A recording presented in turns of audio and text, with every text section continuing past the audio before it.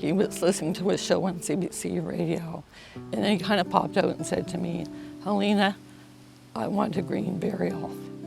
My initial thoughts were, what? I didn't even know what a green burial was. David grew up as a Roman Catholic, but was not a practicing person. And for me, once I found out that there was another option, I grew to really like this idea more and more. I want my body to go into the ground and nourish the plants that are growing there. It's kind of one final act of green.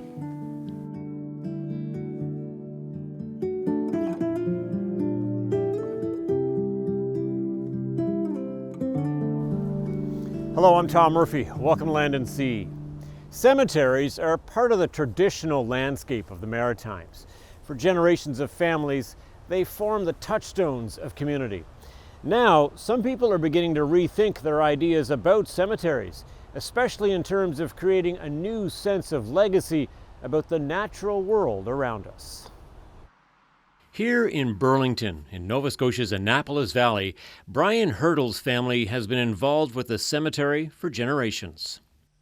We certainly go back a long time. My grandfather and great-grandfather came here in 1922, so it'll be 100 years come this fall, and so it's been a while, yes, 100 years.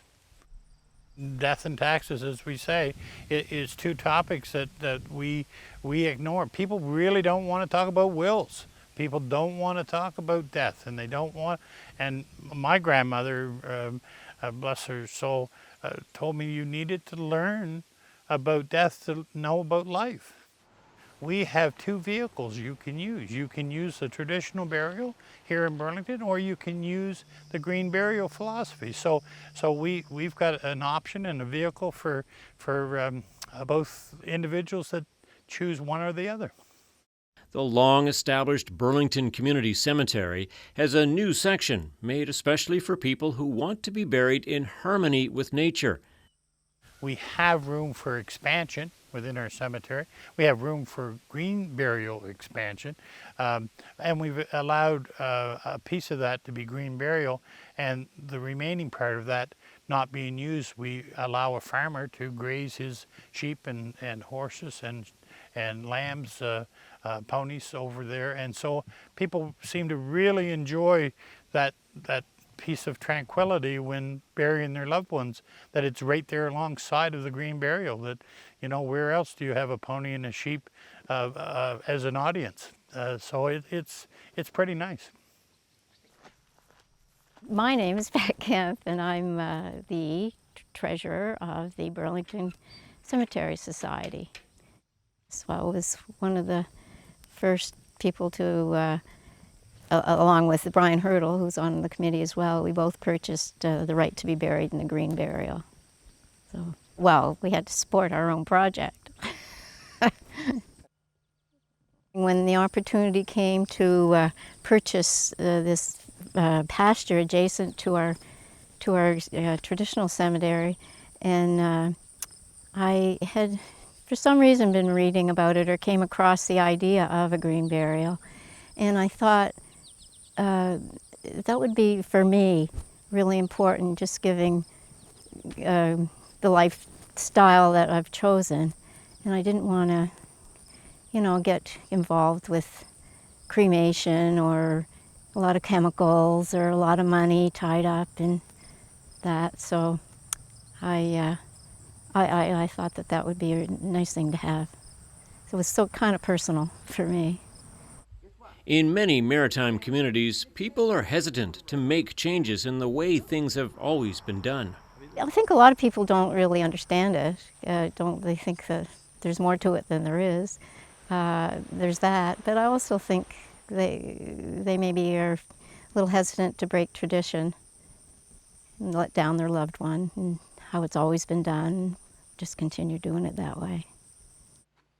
When Paula Williams' husband died, she felt fortunate to live near the Burlington Community Cemetery.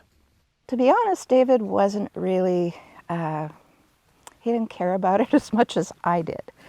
David grew up as a Roman Catholic, but was not a practicing person. And for me, once I found out that there was another option, I grew to really like this idea more and more, because my parents had both been cremated, and I knew that that took an enormous amount of energy, and I didn't really support that idea. And I didn't like the other option either, of the embalming and the, expensive caskets and all of that stuff. It didn't make sense. We talked about it, David and I, and he really said it was up to me. So I thought, well, this is what I want to do. This is to keep you close by and do it as naturally and comfortably as we can. And it was quite a wonderful experience to do it this way. In order for a burial to be considered green, there can be no embalming. No preservatives of any kind can be used in the shroud or casket, and the landscaping must be done according to ecological principles. I planted a tree, and that was very important for me to do that. Felt really, really good. And I drove by a couple of weeks ago because we'd been going through a dry spout, and yep, the tree is there. It's going to survive. And, I know when I'm gone that won't matter, but I like the idea of the cycle of it. My experience has been that people are very uncomfortable talking about death. They don't know what to say. They don't know what to think. They're afraid for themselves, for their loved ones. And yes, it's a very painful experience. It has been a very painful experience. But it could have been a lot worse if these things hadn't been thought about ahead of time. So there needs to be more talk about the options. There needs to be more normalcy about death, I think. That people are rightfully afraid to some degree, but that's because we never talk about it. It's the same as never talking about sex. It takes the fear away when you know exactly what's going to happen. And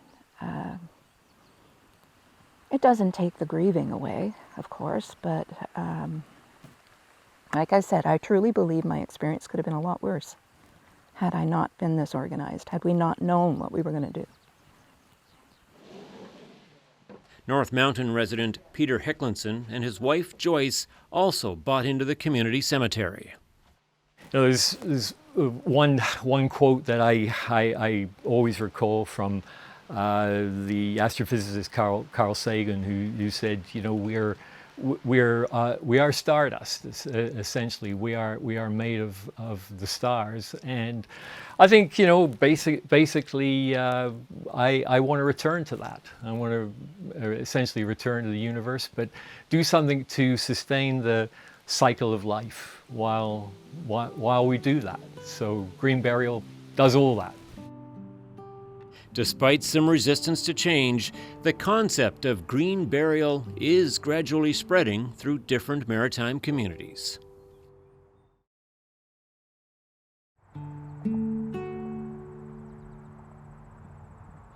The Forest Hills Cemetery in Fredericton, New Brunswick is an historic, conventional cemetery, but changes are coming. Luke Morrison is a longtime board member.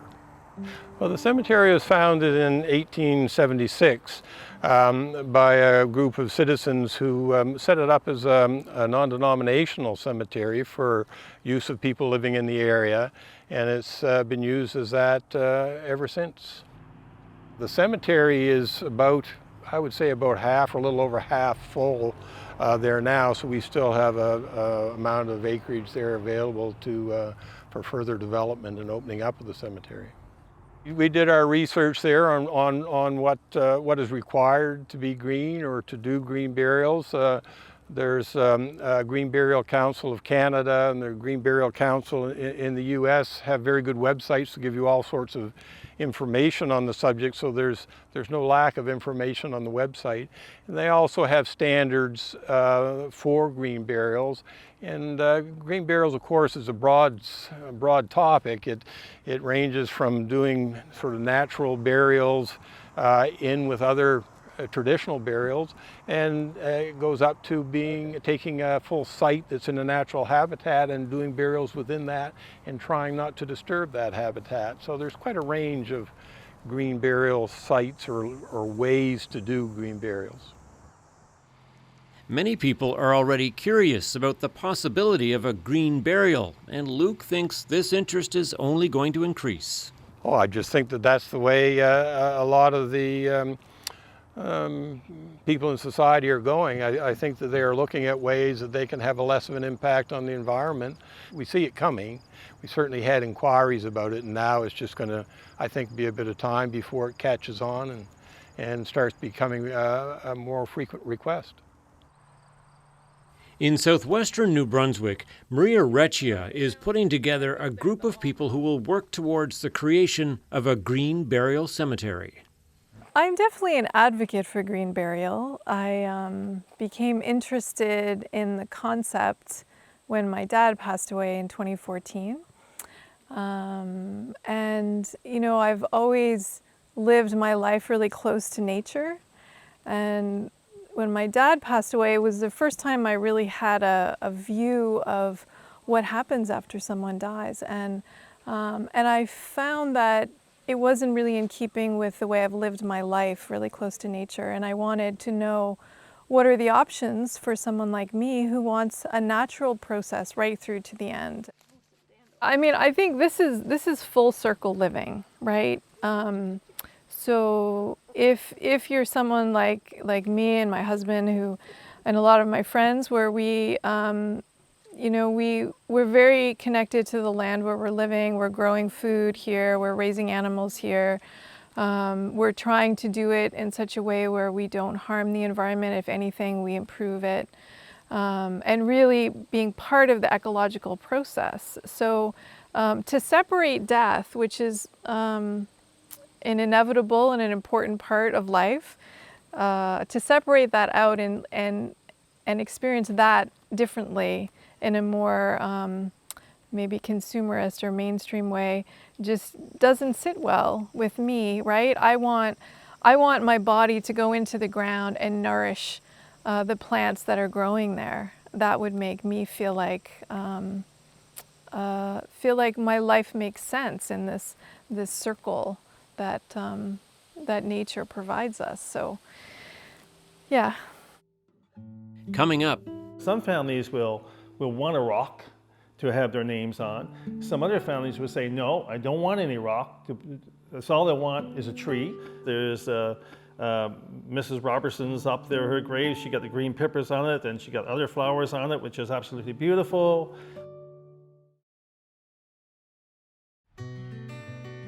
this is Hatchet Lake, just outside of Halifax, Nova Scotia. It's home to the Sunrise Park Interfaith Cemetery, which is owned by Wayne and Juanita Hatcher. The main section of the cemetery is for conventional burials, and there's a separate, newer section for green burials. Sunrise Park Interfaith Green Burial is the only certified green burial east of Ontario. So I gotta say, we are extremely proud. It gives us goosebumps to know that we are the first people to be able to put the footprint here in Atlantic Canada to start the green burial. So with this green burial, we have opened up a hybrid large section of green burial for our people, not just here in the Halifax area. We even get calls even as far as Quebec and Antigonish that want to even come to Sunrise Park Cemetery. Other individual has beautiful flowers. Wayne and Juanita are concerned about their impact on the environment, not only during their lifetimes, but afterwards as well. Within a year or 2 years, the person that took up residence there at the green burial site, everything will be gone, all but the skeleton. But up in the conventional cemetery, it would take years and years and years because of the embalming. It's just like the olden days people had, and it's cheap, but it's environment friendly, and we need to start looking after our planet big time. Some families will want a rock to have their names on. Some other families will say, no, I don't want any rock. That's all I want is a tree. There's Mrs. Robertson's up there, her grave, she got the green pippers on it, and she got other flowers on it, which is absolutely beautiful. It's not easy to challenge long-held beliefs about things like birth, death, and marriage, especially in places where things have been done the same way for generations. When Helena Robertson's husband Mark passed away, he made it clear that he wanted a green burial as an extension of the ecological perspective that he had held throughout his life. My husband showed us green burial. How it happened was one day he was listening to a show on CBC radio, and then he kind of popped out and said to me, "Helena, I want a green burial." My initial thoughts were, what? I didn't even know what a green burial was. And then he proceeded to talk about it's energy efficient, he said. It's simple. He said there's no CO2 carbon emissions.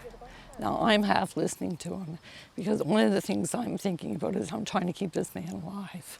I don't want to talk about death, and I don't want to do this. So my daughter Mary, who's a nurse, she calls, "Mom, what are Dad's plans?" He discussed green burial, but I don't want that. I said, I don't want to go through, I don't want that. I'm thinking more in the lines of like cremation. She said, "You're dismissing Dad's request." Here's what he wanted. And the moment she said that, I knew I couldn't do that. I knew in my heart I really couldn't, but I didn't know anything about green and the shroud and putting him in the ground without a proper coffin just didn't sit with me. So she said, "You can't do that." And I kind of hemmed and hawed, and we closed the conversation. And I think it was at that moment that I realized, and I knew what Mark believed in. He believed in the environment. Everything he ever said and everything he ever did was environmental. And the one thing I did learn from that is don't say no to something you don't know about. As Helena Robertson realized, these conversations are clearly never easy, but having a plan in place beforehand can simplify the process. So I did some research and I thought a pine box suitable for green burials must exist somewhere. And sure enough, Fiddlehead Casket Company in New Brunswick. So I contacted the company and I spoke with Jeremy, and he makes a casket that comes in a kit. And I ordered it. He was wonderful on the phone. He said it takes 30 minutes to put it together. No glue, no nails. It was perfect. I said, "Jeremy, send it." So he did. And I had a team at my apartment, which were a wonderful team I put together, and they put the casket together, and that's what Mark was buried in. Jeremy Burrell of Fredericton, New Brunswick, has a growing business constructing biodegradable caskets for the Fiddlehead Casket Company. These caskets are flat packed so they can be shipped anywhere and assembled on site. I got into woodworking probably 15, 16 years ago or so. It'd always been something that I was interested in, like even from middle school shop class. Always enjoyed building things. So the caskets came about because I was working for another woodworking company here in town, doing a lot of kitchen cabinets and that kind of stuff, and was looking for something to branch out on my own. Combined with that, having a few deaths in my extended family, that really could have used a simple pine casket like this, but it wasn't available at the time. So I thought, maybe that's where I can find a way to, have something on my own. Yeah, so with the flat packing, I'm able to ship them across North America, through Canada and US, coast to coast. So I started making full-size, already assembled, more traditional-looking caskets. But then was getting inquiries from, Ontario and beyond to, okay, I really like what you're doing, but can you ship one to me? Okay, yeah, sure you can, but it's going to cost way more than really makes sense. So the flat pack option was able to get to those people. People are becoming a lot more conscious of the environment and thinking about their impact and all kinds of different things, from the car they drive to whatever they're buying. You know, some people are even comparing, you know, this one has less packaging than this one, so I'm going to not have so much waste. So it's something that's on the top of mind for a lot of people right now. It's kind of one final act of green. Of course, not everyone needs a casket right away, but they might like to know that it's around for when they do need it far in the future. So the bookshelf model was, again, from some customer feedback or potential customer feedback saying, I love the idea, hopefully I don't need it for 30 years. What could we do with it in the meantime that would, you know, get some more use out of it? And a few ideas were tossed around, but the bookshelf one was the one that made the most sense, because it's basically the same, except for you have some shelves that are put in, and when it's needed as a casket, you take the shelves out and it's back to the box. As Maritimers look to the future and think about the legacy they'll leave behind, there are bound to be more changes to how they approach the end of life and their impact on the natural world around them. You know, I think the decision to do a green burial or not is really a heart decision. So if you're someone who feels really closely connected to nature and wants to be a part of that cycle, then I think it's the most beautiful way to die with deep integrity. But you know, it's a really personal decision, and if someone chooses a cremation, that's okay too. You know, that's also can be really beautiful. And so when families and friends witness, whether it's a green burial or a home funeral, they feel a part of this process of death, and it reminds them that we are all going to be there at some day, and that really helps us to live our best life. And I think that's what's most important, you know.